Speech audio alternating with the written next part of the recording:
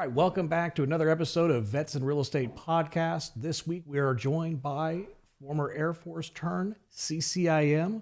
Francisco is going to tell us his story of that transition, so stay tuned.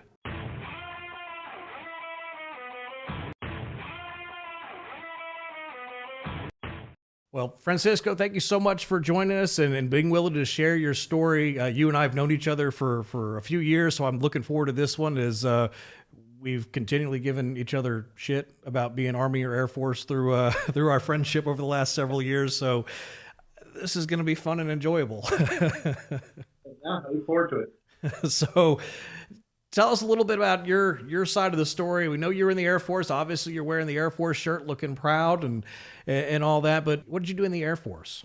So when I joined the Air Force, I wanted to be a pilot or I wanted to be an SP, a security police. But I had only been in the United States 3 years. So I didn't have a citizenship yet. I was a resident of the United States. And so they couldn't run a background check on me long enough to give me a top security clearance. So they said, you know what? You're Latin. Yeah, we're going to put you in civil engineering. And so that's where I wound up. I was in the CE squadron at Andrews Air Force Base, Maryland. Okay. So then, how long did you do while you were in the Air Force? I was all total of 6 years. Of course, you get your IRR in there as well, and active duty and then reserves. Okay. But I was, I was in the reserves all 6 years. I was just in active duty while in the reserves. Oh, okay. For the first couple. No, I didn't realize. I thought you were actually active duty and not an active component of the reserves. But so then, as you were getting towards the end of that 6 years, what did that transition look like? Were you excited? I think you mentioned that you didn't necessarily go right into real estate. So what did you do when you got out? I think one of my biggest mistakes has been actually getting out and instead of going active full time, making a career out of it after my term ended. I did leave with an honorable discharge, but I wish I had stayed in retrospect.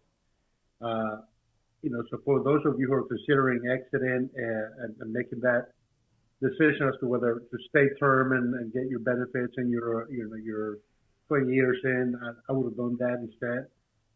I got out chasing the dirty dollar, and but before that, when it was time to get out, my enlistment ended, call it June of 1995, and then I was scheduled to deploy to England about a month earlier.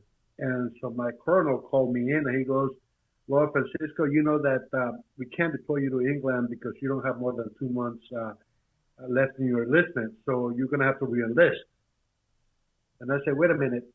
You mean to tell me if I don't re-enlist, you can't ship me to England. I can exit and stay home with my wife who's now pregnant and whose sole person in the United States that's with her is me. Yeah, I think I'm going to stay with my pregnant wife and do that. So I chose to not re-enlist and be home with my wife instead of deploying. What did you end up doing once you got out? Did you stay kind of in that CE realm or? Everything? No, I did everything. I did every job that an immigrant will do in the United States. I did, bartending, waiting tables, Domino's pizza manager, so I did everything. But then after a while, I enrolled, I took I went back to college because I hadn't gone to college. I went back to college. I finished that part-time at night, and then I got a job in a law firm. So I did legal secretary and paralegal work for a number of years. All throughout, I was still going to college. And then once I got my MBA, I was working, my final stint in legal was litigation and compliance paralegal for Office Depot Corporate out of Boca Raton, Florida. And then from there, when I got my MBA, they promoted me to the field to business sales. Sent me back to Northern Virginia to manage, some regional accounts, Fairfax County Public Schools and other school districts. And I did that for a couple of years, and then they promoted me to Seattle to manage Microsoft REI Standard Insurance throughout the United States and Canada. And I did not like Seattle. I was there for 2 years. And I said, hey, John, send me back to the East Coast. I can't stand the Pacific Northwest. It's beautiful country, but it's too gray and dirty for me. So I came back to the East Coast. And then at some point I came to Florida, and I just got recruited by one of the national top commercial real estate firms. I liked what I heard, and I joined them, and then that's when I started in real estate in Florida. So then real estate was never on your mind. I mean, even with the civil engineering background, like and I kind of thought that was part of your journey too, was you're like, I used to build buildings. I might as well sell buildings. Yeah, no. In fact, the interesting part was it never dawned on me. And actually, when I got my first real estate license, it was kind of like a part-time thing in Virginia. I said, yeah, I'll just get it for kicks and giggles. My friend has it, so maybe I'll just refer some stuff to him. Out of that license in Virginia, I referred one client for one deal, and that's all I did in real estate. And then I came to Florida, and granted, in Northern Virginia and the Mid Atlantic, I had a six-figure job there, and I was doing well. And when I moved to Florida, people were offering me like $30,000 for the same job here. I'm like, yeah, that's not going to happen. And so when I got sold into commercial real estate, there was never a transition from residential to commercial. It's always been commercial for me. And I think that's one of the things that I think a lot of folks, especially they come in, they think I'm going to graduate into, I'm going to do residential for a handful of years. I'm going to graduate into commercial. So I mean, I guess it makes sense. You went from business to business sales and kind of account management right into selling real estate, which is, I mean, it's business to business right there. I mean, Yeah. Well, the client base is more sophisticated many times in commercial real estate than the average residential deal. The difference is if somebody's considering going into commercial real estate, I suggest just put 1 or 2 years of reserves under your pillow and go at it 100%. Don't dabble into it. If you can't afford to maintain yourself with your savings for 1 or 2 years, don't jump into commercial real estate. You're going to fail. That's the difference in residential. In residential, you could come in and literally just close a deal in 3 months and make some money. It's easier to land a listing and get through it.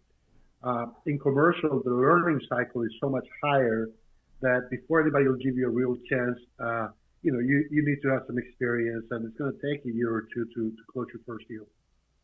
so it's going to take me a year or two to close a deal. I mean, outside of having savings, I mean, how do you, I mean, I couldn't imagine how else you would live in that situation, right? I mean, are you Ubering and Door Dashing in the evenings? I mean, that's the only thing I could think of to keep it up.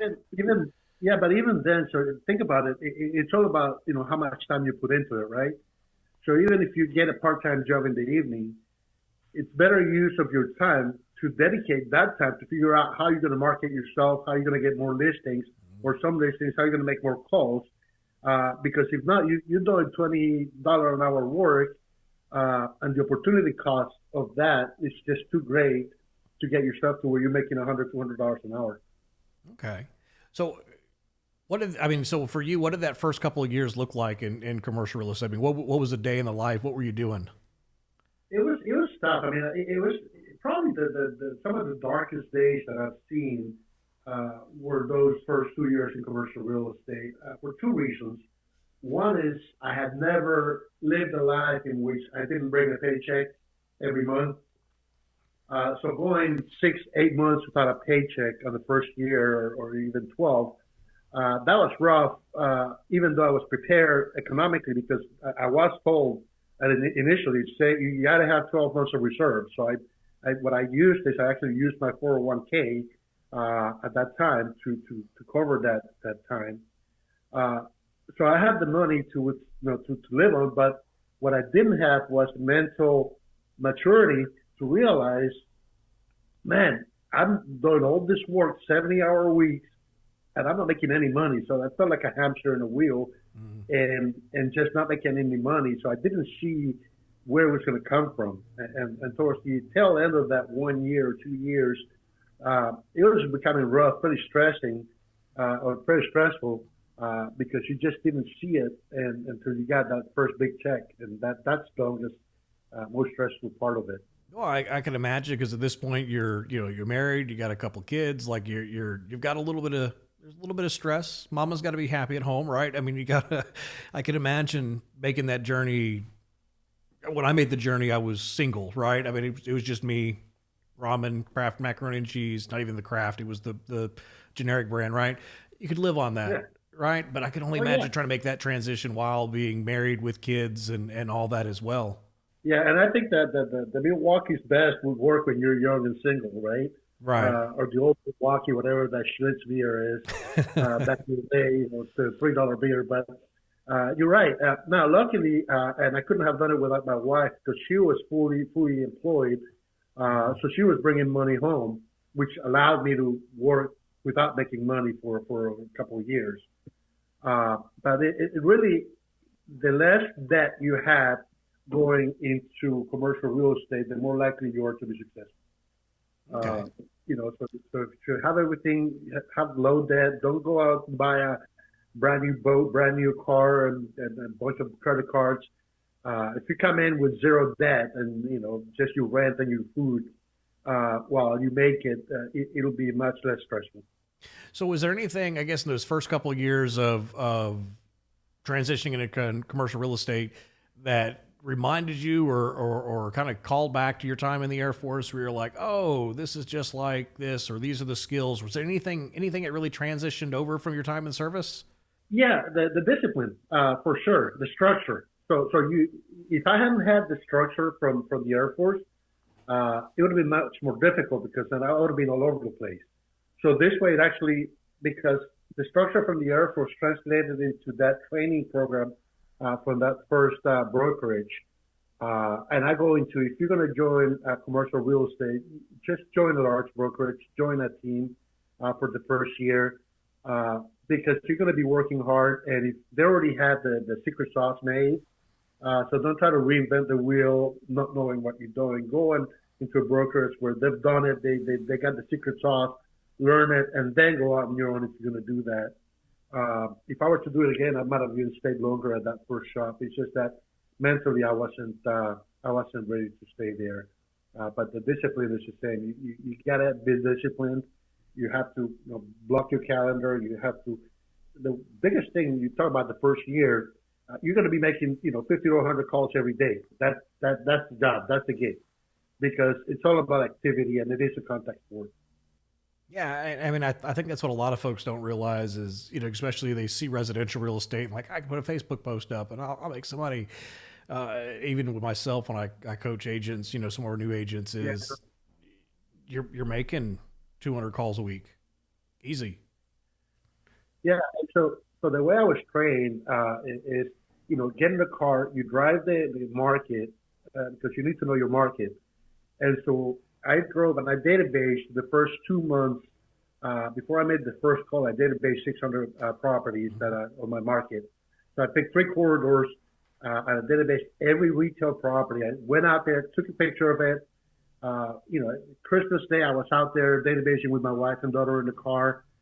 This was before AI, before, intelligence. So I would take a picture of the address.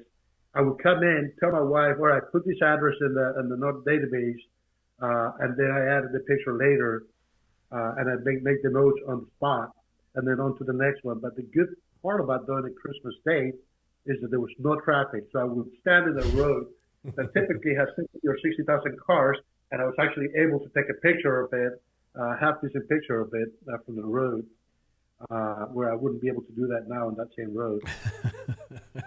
I would say, so you're literally out there with your wife, your kids on Christmas Day. There's no Santa Claus coming in. Or Santa Claus has already come in and then play with the toys in the back, and mommy and daddy are going for a drive. Yeah, Santa Claus. My daughter's a teenager by this time. Okay. By the way. So this is 11. So she was 16 at the time, and so she was there. In fact, when she went to high school, in the summer break, she wanted to get some extra money, and I said, well, come over work with me. I'll teach you, and then I'll pay you whatever market rate is for what you want to do. And she goes, I don't want to do what you do. And I said, wait. Just what do you think I do? She goes, well, You go out on the weekends and you take pictures of all these properties. Then you get back home and you do research at night of the owners of those properties. And then during the week, you start calling and meeting all these people, and that's it. I say, yeah, that's pretty much it. that that is the probably the nicest way of boiling down what a commercial brokerage looks like.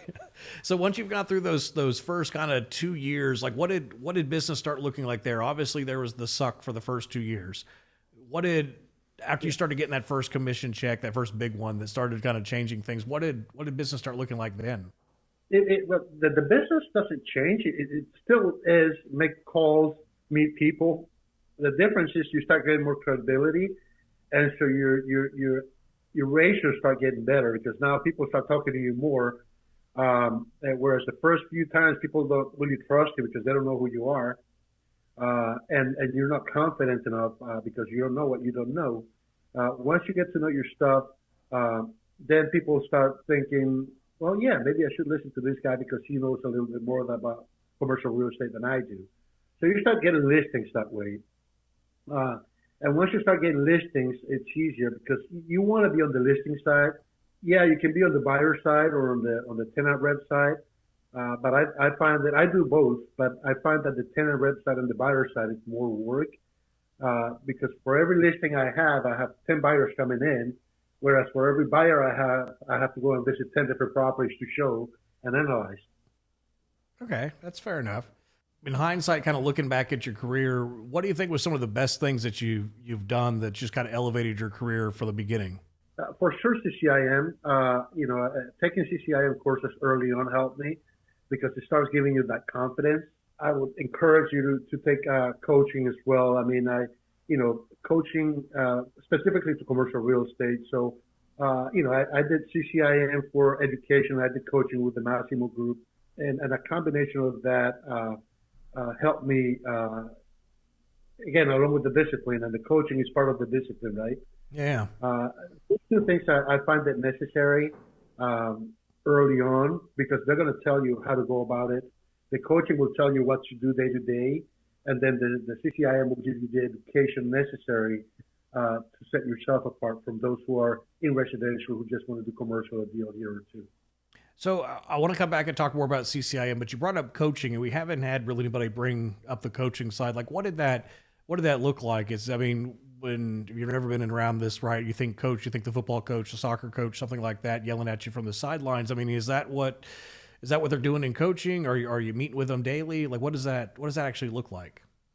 So there's different levels of coaching, and it starts at they got coaching for the entry level and the mid level, and then they got one-on-one coaching for the top top brokers, and just depends on where you are in your career. But the entry level, I remember it was called new to business, and basically what they did is they said, right, week one you got to develop your database. Week two you got to get into a cadence. You got to send these people letters. You got to call and follow up. You got to set up cadence of follow up so that people start recognizing you. You got to start meeting people, and then every call, then you go back and you circle and say, hey, what did you do this week? How did you utilize your time? Did you really do what you say you were going to do, which is a big part of it, right? And then it's more of along those lines is, did you do what you say you were going to do, and how did you do it? And then how do you adjust for the following week? Where did you fall short? And what are you going to do different this week to make it better? Okay. So, I mean, and you're meeting with them, what, weekly? Is that right? It depends on the program. I mean, there's different programs and there's different levels of coaching. You can meet weekly or monthly or daily, however much you want to spend in coaching. Because, you could spend a ton of money in coaching for sure. And when you're not making money, spending that money, it's kind of tough. Sure. So, but at least the entry level coaching program, I did Massimo and I will do it again. But I'm sure there's other coaches out there that do commercial real estate. In fact, I can think of another one. I just can't think of his name. No. But there's a number. I mean, there's how to run with the top dogs. I did that at one point as well. So there's a number of commercial real estate specific coaching programs, and they're directed towards different. Because you also want to know whether are you going to do coaching for investment sales or are you going to do coaching for for leasing. It just depends on which route you want to take. Yeah, I can see that. You can say Rod's name all you want. You know, eventually we're going to look for sponsors, right? So just keep saying Rod's name, and maybe one day. Uh, so what about yeah, right? What about the CCIM side of things? You know, we've talked about it a few times. We've had some other CCIMs on the podcast as well. But what you said, it gave you some confidence. What about the education? Like, what was that process like? I'm very, very high on education. I can't speak high enough about the CCIM education. I took the courses. In fact, this course, there's the one course that I like is the 102 course, which is market analysis. And for retail commercial real estate, you got to have that one because it tells you how to properly analyze an asset. Whether you're working with landlords or tenants or buyers or, you know, it's so powerful that I took that course 3 or 4 times, even though I passed it the first time, but after I passed, I got my PIN. I went back and retook it many times just because I like it so much, to the point when I became, a workshop leader, in order to become an instructor for CCIM. Yeah, I mean they're all great courses. I mean I'm partial to 102 as well, right? But I mean it you're right. They are great courses. So when you made it through, and for the listeners who aren't familiar, so in CCIM you take the 4 core classes, you take ethics, and then you take negotiations, and then you have so much production and all that. So then you've taken all the classes, you've got your production, you got your portfolio in, then you go sit down for an exam. What did that feel like? That exam, that's the longest exam I've ever taken. It's a 6-hour exam. And I'll tell you what, I'm a good test taker, but it builds on itself, right? So you build. So if you get one question wrong, you're bound to get 3 or 4 down the line wrong off of that one. So you want to make sure you get your math questions right. They give you 6 hours. I used up every bit of it. And you know, you want to be rested. You want to be prepared for it because it is a stressful test. You know you're gonna be prepared by the time you take it, but you still got to go through it. Kind of like I take it like when you're gonna run a half marathon. You know you're prepared for a marathon. I never run one, but I can assume that you got to be prepared for it. Mm-hmm. And you prepare. When it's go time, you're gonna run it. But you're still going to go through it and suffer the pain of going through it. Sure. So you go through, you take your exam, you find out you pass. One of the things I love about the Florida chapter is you guys get your big old red jackets that come in. It's just kind of a cool thing that chapter does. From that point, I mean, did you walk out with a different swagger? Were you picking up more business just right away? Or what did that look like right after you earned your CCIM? I don't know. I think I grew 2 inches from the time I went into the exam room. By the time I exited, I really was I was walking 2 inches taller. No, it gives you that much more confidence, just having it. And not only that, but, one of my instructors, whom I love, Cynthia Shelton, she told me early on, she says, you go in for the education and you stay for the network. And sure enough, I mean, you and I would have never met but for CCIM. Sure. You're in San Antonio and I'm in Florida.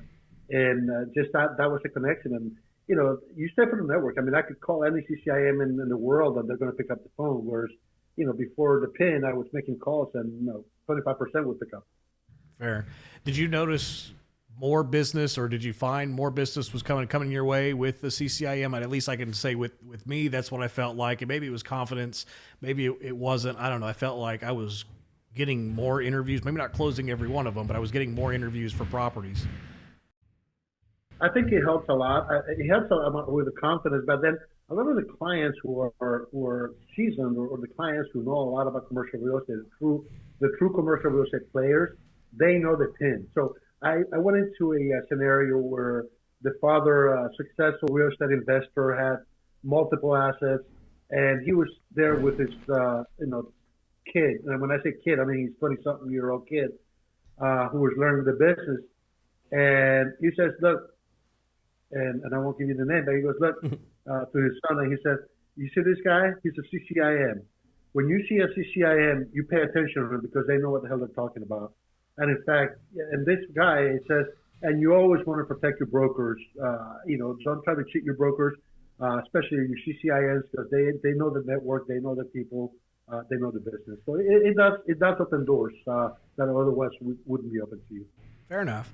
So if you were to sit down and kind of look at your transition out of the military, and I think you kind of answered this a little bit, but if you were to sit down and look at your transition out of the military and eventually into commercial real estate, is there anything you would have done different or programs you wish you would have known of? Or I mean, there's so many things out there that I think we learn of, 10 years too late.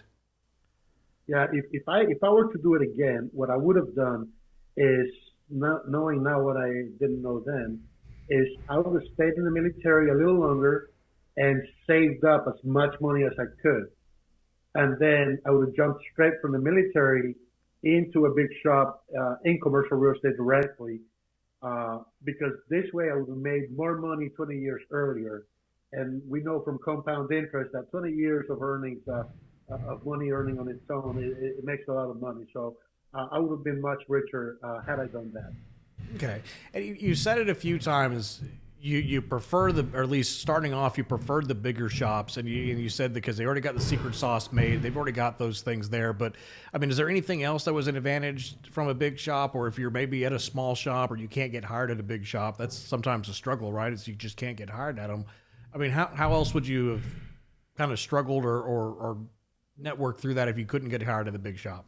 Well, if you can't get hired at a big shop, get hired at the second best, the medium shop, and then and so forth. But just get hired by somebody who's known to be an expert in commercial real estate if you're going to do commercial real estate. Commercial and residential real estate are two different animals.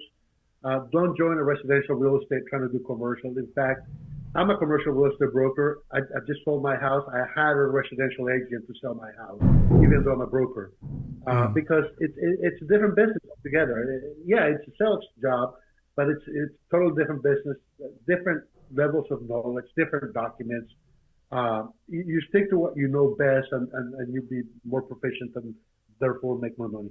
No, that makes perfect sense. I mean, in finding that right training. What about camaraderie? And a lot of the people we've talked to as we've gone through this, like one of the big things they just kind of miss out of is, when you're in the military, you have a purpose, you have a team that you're working with, and sometimes it's hard to find that same team mindset when you get out of the service. Did you find that as the same thing? Were you able to find groups that kind of helped you with that, or? I literally, for the first 5 years, I found myself akin to being solo in the jungle with a machete, and just making my own way with a machete, and just that was it. Which is why I encourage people to just go out and get into a team. It'll be easier if you're part of a team early on in commercial real estate rather than trying to go on your own. Even at a big shop on your own, it's still a lonely road out there.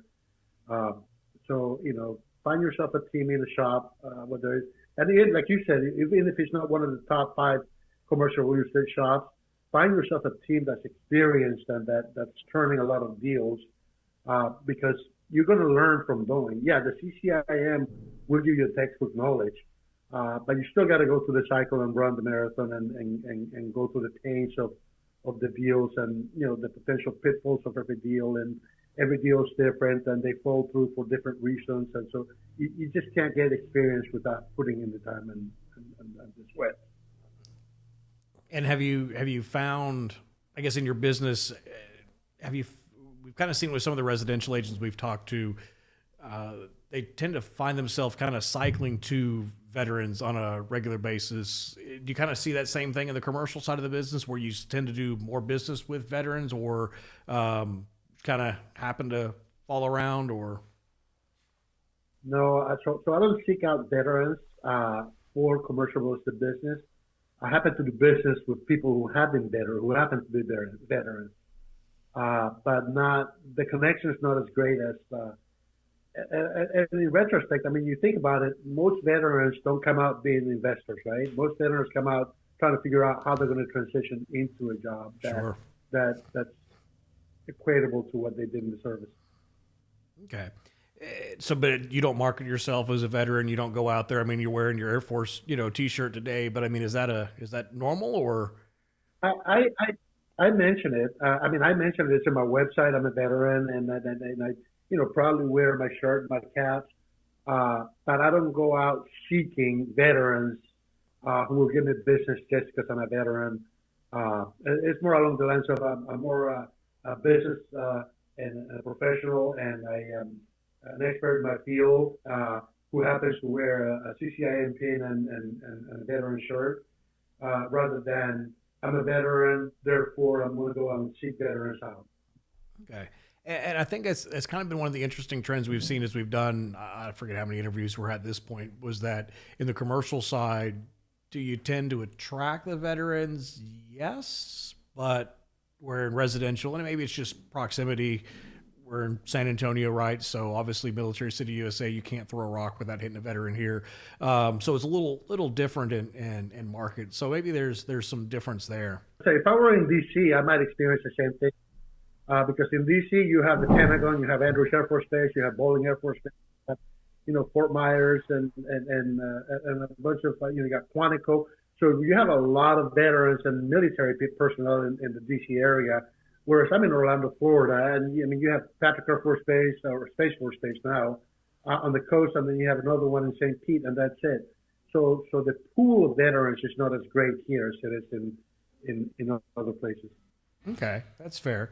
So, kind of wrapping everything up, if you were to, again, look back and if you were to really sit down and say, if I had to do, I mean, I know you kind of answered the question already, was, you'd sit down and get in sooner. Once you were in the industry, would you work harder? What would you have done different in those segments? Yeah, the good thing about commercial real estate is you only work half a day. You just get to pick which 12 hours, right? You just got to put in the time. So the secret sauce, I think, would be come in, be prepared to work 70 or 80-hour weeks the first year. Be prepared to not make a single dollar the first year. Be prepared to study a lot, learn a lot. As soon as you make your first check and you start making some money and covering your basic, get a coach that's going to help you, and that's specific to commercial real estate, not just any coach, because there's different coaches, life coaches, and there's a bunch of coaches, but get one that's specific to commercial real estate, that's known for coaching, and they're going to guide you through, help you navigate the rest. So just be prepared to work hard, 80-hour weeks, live without, live on noodles for a little bit while you make it. Because if I were to say, I think probably I would say 90% of the commercial real estate brokers who fail is because they run out of money before they make the first big check. It's probably fair.